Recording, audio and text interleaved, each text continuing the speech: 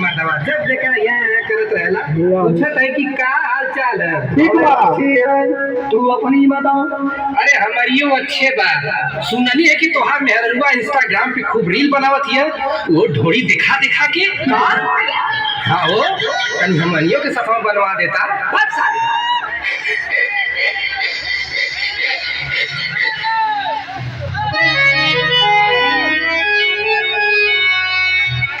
के जिद कर लू छोड़ा ई सब काम रहेदा। हम तो वीडियो बनाई बोले राजा, सपना पुराई बोले राजा।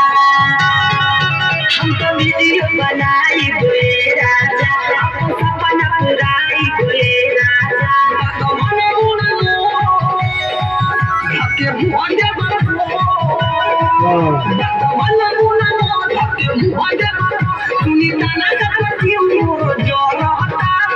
अरे राजा जी वीडियो बनावे वायरल हो गई मन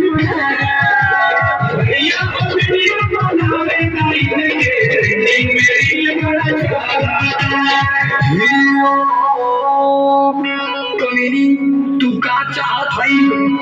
सोनी राजा में ढेर लोग अमीर हो गए। लगत हो तो के कवन